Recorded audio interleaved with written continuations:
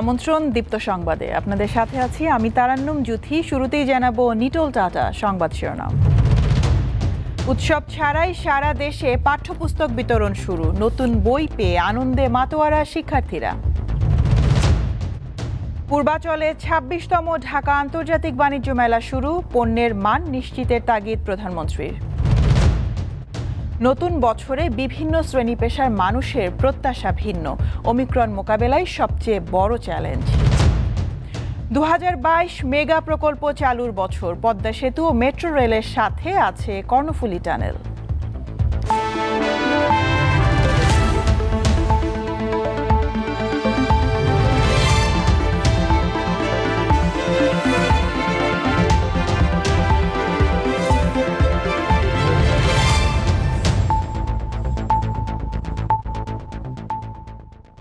এবারও উৎসব ছাড়াই সারা দেশে শুরু হয়েছে নতুন পাঠ্য বই বিতরণ কার্যক্রম। একদিনে নয়, ১৩ জানুয়ারি পর্যন্ত পর্যায়ক্রমে বই পাবে সব শিক্ষার্থী। এবার ৪,১৭,২৬,৮৫৬ শিক্ষার্থীর মধ্যে বিতরণ করা হবে ৩৪,৭০,২২,১৩০ কপি বই। বছরের প্রথম দিন হাতে নতুন বই, উচ্ছ্বসিত শিক্ষার্থীরা। করোনার কারণে এবারও উৎসব নেই। আমি বছরের প্রথম বই পেয়েছি, এই বই পেয়ে আমি অনেক খুশি। আমার এই বইগুলো অনেক পছন্দ, আমি স্কুলটাও অনেক পছন্দ করেছি। আমার বাচ্চা তো কালকে রাত থেকে নতুন স্কুলে আসবে, নতুন ড্রেস পরবে, নতুন ব্যাগ, নতুন পেয়ে খুবই এক্সাইটেড। প্রথম থেকে ষষ্ঠ শ্রেণী পর্যন্ত শিক্ষার্থীদের বই দেয়া হবে ১ থেকে ৩ জানুয়ারির মধ্যে, আর ৪ জানুয়ারি থেকে পর্যায়ক্রমে পাবে সপ্তম, অষ্টম ও নবম শ্রেণীর শিক্ষার্থীরা। আমার বোন ক্লাস 5-এ পড়ে, ও বই পাইছে, কিন্তু আমি ক্লাস 8-এ পড়ে, আমি এখনো বই পাইনি। তো আমাদের ৪ তারিখে বই দিবে, সেটা বলা হয়েছে। আজকে অনেকদিন পরে স্কুলে এসেছি, বন্ধুদের সাথে অনেক দেখা করেছি, অনেক খুশি হয়েছি। আমি 2তে পড়ি, স্কুলে এসে অনেক ভালো লাগছে। আমি বই নিয়ে খুব খুশি, আমি বইগুলো অনেক পছন্দ করেছি। রাজধানীর সব বিদ্যালয়েই শনিবার সকাল থেকে শুরু হয় বিনামূল্যে বই বিতরণ কার্যক্রম। প্রাথমিকেরও আমরা ১৩ তারিখের মধ্যে আমরা বই বিতরণ কার্যক্রম শেষ করব। ক্লাস রুটিনটা আমাদের যারা দশম শ্রেণীতে আছে তাদের জন্য সপ্তাহে প্রতিদিনই এবং সপ্তাহে তাদের 3টি করে ক্লাস। সারা দেশেও শিক্ষার্থীদের দেয়া হচ্ছে পাঠ্য বই। দৃষ্টি প্রতিবন্ধীরা বেল পদ্ধতিতে পাঠ্যপুস্তক, আর ক্ষুদ্র নৃগোষ্ঠী শিক্ষার্থীরা পাচ্ছেন তাদের মাতৃভাষার বই। সাদিয়া চৌধুরী, দীপ্ত সংবাদ, ঢাকা।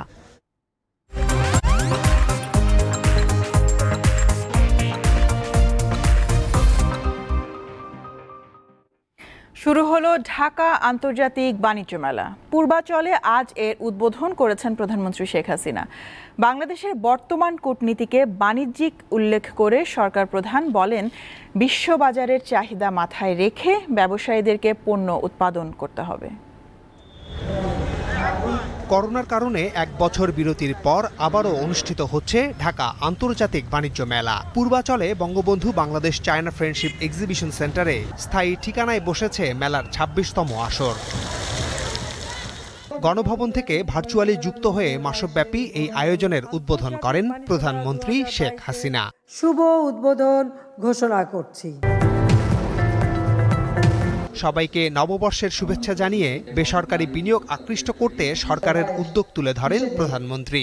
ইতিমধ্যে আমাদের প্রত্যেকটা দূতাবাসকে নির্দেশ দিয়েছি এবং আমাদের পররাষ্ট্র মন্ত্রণালয়কে নির্দেশ দিয়েছি যে বর্তমানে আমাদের যে কূটনীতি, এটা হবে বাণিজ্যিক কূটনীতি, অর্থাৎ ইকোনমিক ডিপ্লোম্যাসি, এবং সেইভাবেই সকলে কাজ করছেন এবং উদ্যোগ নিয়েছেন। আমরা দ্বিপাক্ষিক ও আঞ্চলিক বাণিজ্য চুক্তি, মুক্ত বাণিজ্য চুক্তি এবং সমন্বিত অর্থনৈতিক চুক্তি সম্পাদনের লক্ষ্যে 23টি দেশের বিষয়ে আমরা সম্ভাব্যতা সমীক্ষা সম্পন্ন করেছি। পণ্যের বহুমুখীকরণের মাধ্যমে নতুন নতুন বাজার সৃষ্টির তাগিদ দেন সরকার প্রধান। ব্যবসা বাণিজ্যের ক্ষেত্রেও কিছু গবেষণা আরও দরকার। প্রতিটি ব্যবসা প্রতিষ্ঠানে যারা আছেন বা শিল্পের মালিকরা আছেন বা যারা রপ্তানি করেন, তাদেরকে আমি অনুরোধ করব যে আপনারা নিজের দেশের ভাবমূর্তি রক্ষার জন্য আপনাদেরকেই উদ্যোগ নিতে হবে আপনার পণ্যের গুণগত মান ধরে রেখে আপনি যেন আপনার বাজার ঠিক রাখতে পারেন, আরও উন্নত করতে পারেন। এবার ঢাকা আন্তর্জাতিক বাণিজ্য মেলায় 225টি দেশি বিদেশি স্টল ও প্যাভিলিয়ন অংশ নিচ্ছে। মেলার প্রবেশ মুখে স্থান পেয়েছে পদ্মা সেতু সহ বাংলাদেশের চলমান বড় বড় উন্নয়ন কর্মকাণ্ডের প্রতীকী উপস্থাপন। মেলায় দর্শনার্থীদের আনা নেয়ার জন্য প্রতিদিন 30টি বাস চলাচল করবে। প্রয়োজনে এই সংখ্যা আরও বাড়তে পারে বলে জানিয়েছে কর্তৃপক্ষ। তাই পথের ভোগান্তি সহ্য করে হলেও মেলায় দর্শনার্থীরা আসবেন, এমনটাই আশা ব্যবসায়ীদের। পূর্বাচল ঢাকা আন্তর্জাতিক বাণিজ্য মেলা থেকে মাহমুদ শাওন, দীপ্ত সংবাদ। করোনায় দেশে আরও 4 জন মারা গেছে, ফলে মৃতের সংখ্যা বেড়ে হয়েছে 28,076। 24 ঘন্টায় করোনা শনাক্ত হয়েছে 370 জনের। এদিকে করোনার ঊর্ধ্বমুখী সংক্রমণ ঠেকাতে কঠোর বিধিনিষেধ আসতে পারে বলে জানিয়েছেন স্বাস্থ্যমন্ত্রী জাহিদ মালেক। আজ মানিকগঞ্জের নার্সিং ইনস্টিটিউটে টিকার বুস্টার ডোজ প্রদান অনুষ্ঠানে তিনি একথা জানান। স্বাস্থ্যমন্ত্রী বলেন, 1 সপ্তাহ আগে দিনে রোগী শনাক্ত ছিল 2 থেকে 250 জন, তবে চলতি সপ্তাহে সংক্রমণ ছাড়িয়েছে 500। এ বিষয়ে সবাইকে সতর্ক থাকার আহ্বান জানান স্বাস্থ্যমন্ত্রী। তিনি আরও জানান, দেশে এ পর্যন্ত 12 কোটি টিকা দেয়া হয়েছে, মজুদ আছে আরও 6 কোটি। আমরা এখন পর্যন্ত ভালো আছি, আমাদেরকে স্বাস্থ্যবিধি মানলে আমরা ভালো থাকব। যদি কিনা এটা অতিমাত্রায় বেড়ে যায়, যদি রোগীর সংখ্যা অনেক বেড়ে যায়, তাহলে পরে আমাদেরকে লকডাউনের চিন্তা ভাবনা মাথায় রাখতে হবে। বাট এই মুহূর্তে লকডাউনের কোনো পরিকল্পনা আমাদের নেই। করোনা মহামারীর মধ্যেই শুরু হলো খ্রিস্টীয় বছর 2022। জনস্বাস্থ্যবিদরা বলছেন, করোনার ওমিক্রন ধরনকে মোকাবেলা করাই হচ্ছে নতুন বছরে বাংলাদেশ সহ সারা বিশ্বের জন্য সবচেয়ে বড় চ্যালেঞ্জ। শিক্ষার্থীদের প্রত্যাশা, মহামারী পেছনে ফেলে গতি পাবে শিক্ষা কার্যক্রম। আর অনিয়ম মুক্ত দৈনন্দিন জীবনের প্রত্যাশা সাধারণ মানুষের।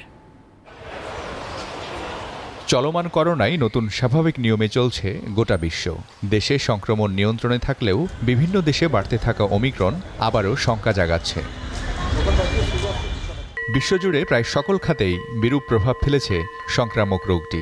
দেশের মধ্যেও একই পরিস্থিতি। বাধাগ্রস্ত অন্যতম খাত শিক্ষা। বিধিনিষেধের মধ্যে শ্রেণীকক্ষে পাঠদান ও পরীক্ষা চলছে ঠিকই, তবে চালু হয়নি স্বাভাবিক কার্যক্রম। তাই নতুন বছরে ভালো কিছুর আশা শিক্ষার্থীদের। অলরেডি আমরা প্রায় 1 বছর মতো পিছিয়ে গেছি শিক্ষা খাতে। সো আমি আশা করব যে সবকিছু আবার স্বাভাবিকভাবে শুরু হোক এবং শিক্ষায় আবার গতি আসুক। শিক্ষা যে ব্যবস্থাটা বা অন্যান্য চাকরির যে সেক্টরগুলো, এগুলো পরিস্থিতি স্বাভাবিক হয়ে যায়, এটাই সবার চাওয়া। মহামারীও শৃঙ্খলা ফেরাতে পারেনি দেশের বিভিন্ন খাতে। উল্টো ঘর থেকে বেরিয়ে বাসায় ফেরা পর্যন্ত নানা অনিয়ম আর বিশৃঙ্খলা অতিষ্ঠ করে তুলেছে মানুষের দৈনন্দিন জীবন। তাই নতুন বছরে মঙ্গলের আশায় আছেন সব শ্রেণী পেশার মানুষ। যানজট মুক্ত ঢাকা শহর চাই আর অ্যাক্সিডেন্ট মুক্ত চাই। আগামী প্রত্যাশা থাকবে যাতে ট্রান্সপোর্ট ব্যবস্থার আরও একটু উন্নতি হয়, যাতে আমাদের জীবনযাত্রার মানটা আর এক ধাপ এগিয়ে যায়। সব কিছুই এখন মানুষের হয়রানিটা দিন দিন বেড়েই যাচ্ছে। এটাই আমরা চাচ্ছি যেন একটু নতুন বছরে স্বাভাবিকভাবে ফিরে আসে। বিশ্লেষকেরা আশা করছেন, অন্যান্য খাতের মতো শিক্ষায়ও বড় প্রণোদনা দেবে সরকার। চাকরি হারানো মানুষ কর্মসংস্থানের সুযোগ পাবে। একই সঙ্গে সুশাসন নিশ্চিতেরও দাবি তাঁদের। যখন বিভিন্ন প্রকল্পের দুর্নীতির কথা শোনা যায়, সাধারণ মানুষ কিন্তু হতাশ হয়ে যায়। আমাদের সাধারণ নাগরিকেরা যাতে হতাশ হতে না পারে, তার জন্য যত প্রকল্প আছে সরকারের, সেগুলো যাতে স্বচ্ছ হয়, দুর্নীতিমুক্ত হয়, তার চেষ্টাও করতে হবে। জনস্বাস্থ্যবিদরা বলছেন, নতুন বছরে করোনার নতুন ধরন ওমিক্রন মোকাবিলায় বড় চ্যালেঞ্জ। যেহেতু গ্রীষ্মকালে এই সংক্রমণটা বেশি হয়েছে গত 2 বছর, তো আমাদের একটা চিন্তা হচ্ছে হয়তোবা বাংলাদেশেও আগামী মার্চ, এপ্রিল, মে এই সময়টায় তার ঢেউটা আসবে। আমরা করোনাকে আরো ভালোভাবে মোকাবেলা করে আমরা 2020 বা 21-এর চেয়ে যেন ভালো অবস্থানে থাকি। তার মতে, খুব সহসাই মহামারী যাচ্ছে না, তাই টিকে থাকতে সরকারের সঠিক পরিকল্পনা ও মানুষের সচেতনতা খুবই দরকার। মিজানুর রহমান, দীপ্ত সংবাদ, ঢাকা।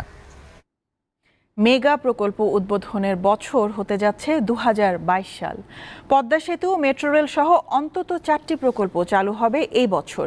এগুলো চালু হলে দেশের যোগাযোগ ব্যবস্থায় বড় পরিবর্তন আসবে, যা অর্থনৈতিক উন্নয়নে ভূমিকা রাখবে।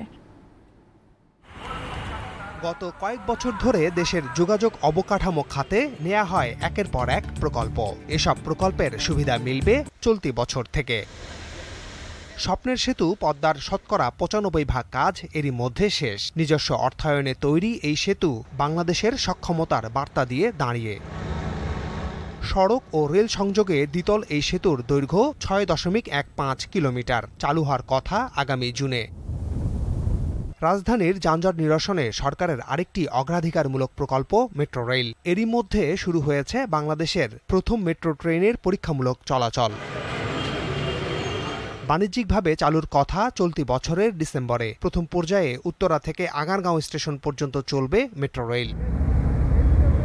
বাস র্যাপিড ট্রানজিট বিআরটির উন্নয়ন ভোগান্তি থেকে টঙ্গী গাজীপুরবাসীর মুক্তি মিলবে এবছরই।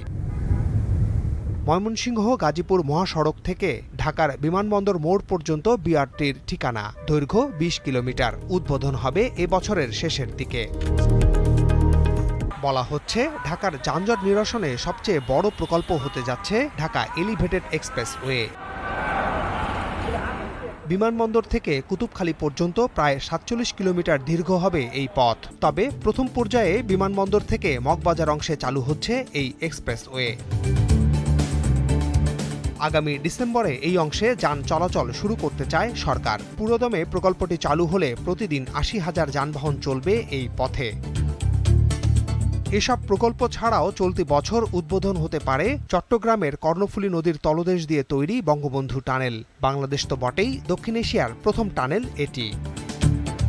মাহমুদ শাওন, দীপ্ত সংবাদ, ঢাকা।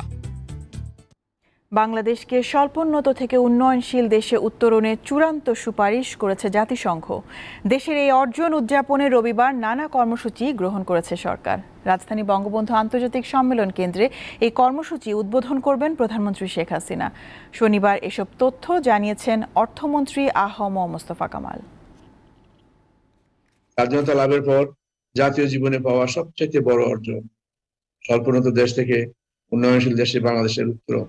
এই অর্জনকে উদযাপন করতেই আগামীকাল আমরা আমাদের উন্নয়ন সারথী, বর্তমান প্রজন্মের কিংবদন্তি ও আধুনিক বাংলাদেশের রূপকার মাননীয় প্রধানমন্ত্রী জননেত্রী শেখ হাসিনার নেতৃত্বে সবাই সম্মিলিত হব। দীপ্ত সংবাদের সময় হলো একটা বিরতির, আমাদের সাথেই থাকুন।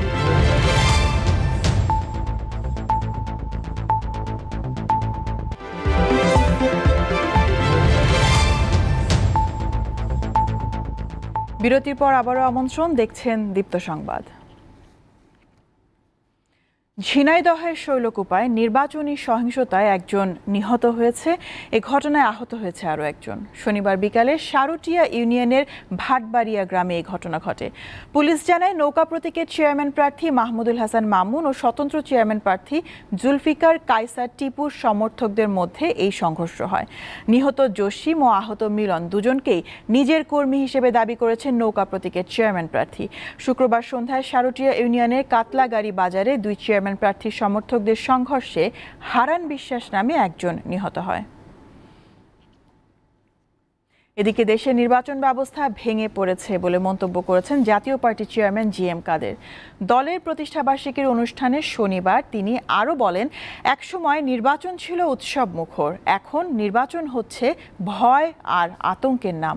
দেশের মানুষ রক্তাক্ত নির্বাচন চায় না। জাতীয় পার্টির ৩৬তম প্রতিষ্ঠাবার্ষিকী উপলক্ষে রাজধানীর ইঞ্জিনিয়ার্স ইনস্টিটিউশন মিলনায়তনে এই আলোচনা সভার আয়োজন করা হয়। জি.এম. কাদের বলেন, প্রশাসন ও আইনশৃঙ্খলা রক্ষাকারী বাহিনীর সদস্যরা ভোট ডাকাতি ও অব্যবস্থাপনার সঙ্গে জড়িয়ে যাচ্ছেন। এটা জাতির জন্য লজ্জাজনক। স্বাধীনতার ৫০ বছরে নির্বাচন কমিশন গঠন আইন না হওয়াও লজ্জাজনক। ২০২২ সালে দেশে গণতন্ত্র ফিরবে বলে আশা প্রকাশ করেছেন বিএনপি মহাসচিব মির্জা ফখরুল ইসলাম আলমগীর।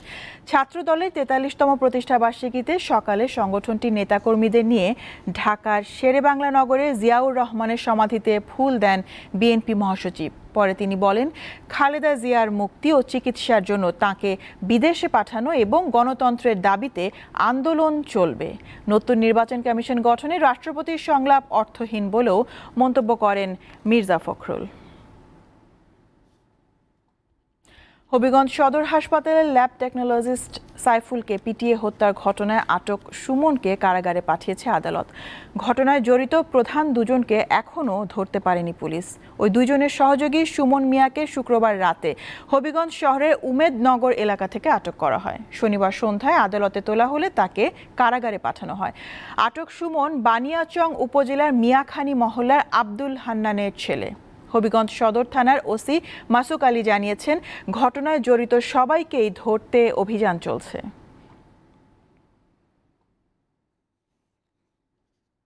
সঙ্গীত আর তবলায় লালমনিরহাটে দৃষ্টি প্রতিবন্ধী মিলন ইসলামের অসাধারণ দক্ষতা মন কেড়েছে সবার। পেয়েছেন জাতীয় পুরস্কার সহ অনেক সম্মাননা। ব্রেইল পদ্ধতিতে পড়াশোনা করে স্নাতক পরীক্ষা দিয়েছেন মিলন। তার স্বপ্ন বিসিএস পরীক্ষায় অংশ নেয়া।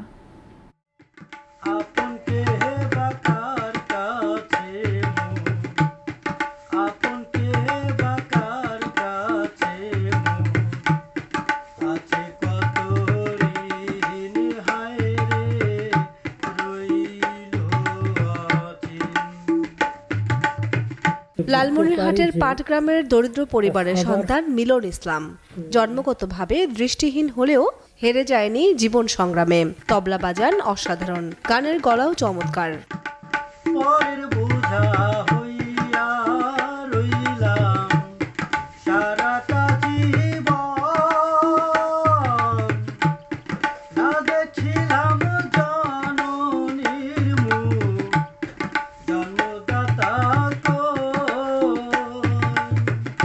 ব্রেইল পদ্ধতিতে লেখাপড়া করে স্কুল কলেজের গণ্ডি পেরিয়ে স্নাতক পরীক্ষা দিয়েছেন মিলন। আমি এক দৃষ্টি প্রতিবন্ধী, আমার কেউ সহজে গ্রহণ করতে চায় না।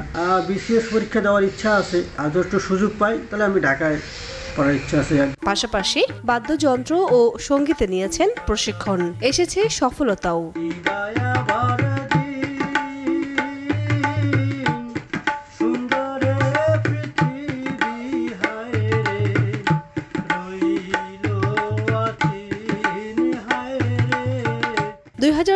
সালে তবলা বিভাগে পান জাতীয় পুরস্কার। সঙ্গীতে সমান পারদর্শী হলেও তবলাবাদক হিসেবেই পরিচিতি চান মিলন। অর্থ কষ্টে থাকলেও মিলনের সব ইচ্ছা পূরণ করে গেছেন বাবা মা। জন্ম থেকে চিকিৎসাপাতি করি পারি নাই, তো পয়সা তো আমি তো আম করি পারি না, কীভাবে মানুষ চিকিৎসাপাতি করবে? নিজে চেষ্টা করে হাত পাতি পেতিয়ে এরকম করে আগে গেছি। মিলনের প্রতিভায় মুগ্ধ স্থানীয়রাও, তার পাশে দাঁড়ানোর আশ্বাস দিয়েছেন জেলা প্রশাসক। তো মিলন ইসলামের যে লেখাপড়া করে এবং সে জাতীয় প্রশাসনের পক্ষ থেকে তাকে সর্বোচ্চ সহায়তা করে। পড়াশোনা আর সঙ্গীত চর্চার পাশাপাশি শাকসবজির চাষাবাদ করে স্বাবলম্বী হওয়ার চেষ্টা করে যাচ্ছেন মিলন ইসলাম। দীপ্ত বার্তা কক্ষ। দীপ্ত সংবাদে আরও একটা বিরতি নিয়ে ফিরছি, সাথেই থাকুন।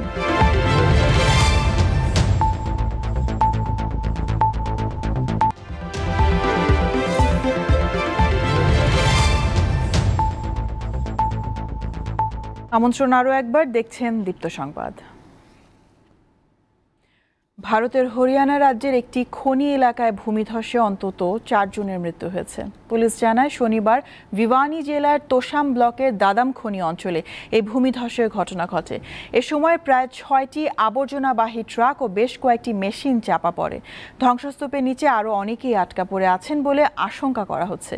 উদ্ধার কাজ শুরু করেছে ভিওয়ানির জেলা প্রশাসন। দূষণের কারণে ভারতের ন্যাশনাল গ্রিন ট্রাইব্যুনালের 2 মাসের নিষেধাজ্ঞার পর শুক্রবার থেকে খনিতে কাজ শুরু হয়েছিল। বিশ্বজুড়ে করোনায় শুক্রবার 5,627 জন মারা গেছে। রোগী শনাক্ত হয়েছে রেকর্ড 18,91,956 জন। করোনার ওমিক্রন ধরনের বিস্তার ঠেকাতে সীমিত পরিসরে ফাইজার বায়োএনটেক টিকার দ্বিতীয় বুস্টার ডোজ ব্যবহারের অনুমোদন দিয়েছে ইসরায়েল।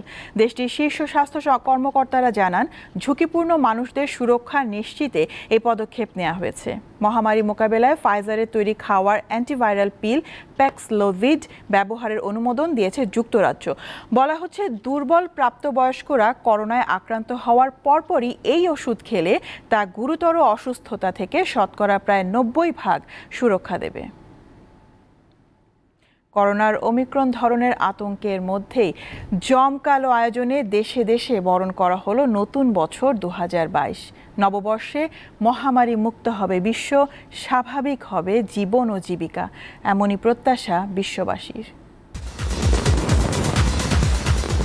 করোনার কারণে এবারও বিধিনিষেধ মেনে বর্ণিল আতশবাজির মাধ্যমে নতুন বছরকে বরণ করে নিল বিশ্ববাসী। নববর্ষে বৈশ্বিক সংকট সমাধানের প্রত্যাশা জানান বিশ্ব নেতারা। নিউ ইয়র্কের টাইমস স্কয়ারে ইভ বল নামানোর মধ্য দিয়ে নতুন বছরকে স্বাগত জানায় যুক্তরাষ্ট্রের নাগরিকরা।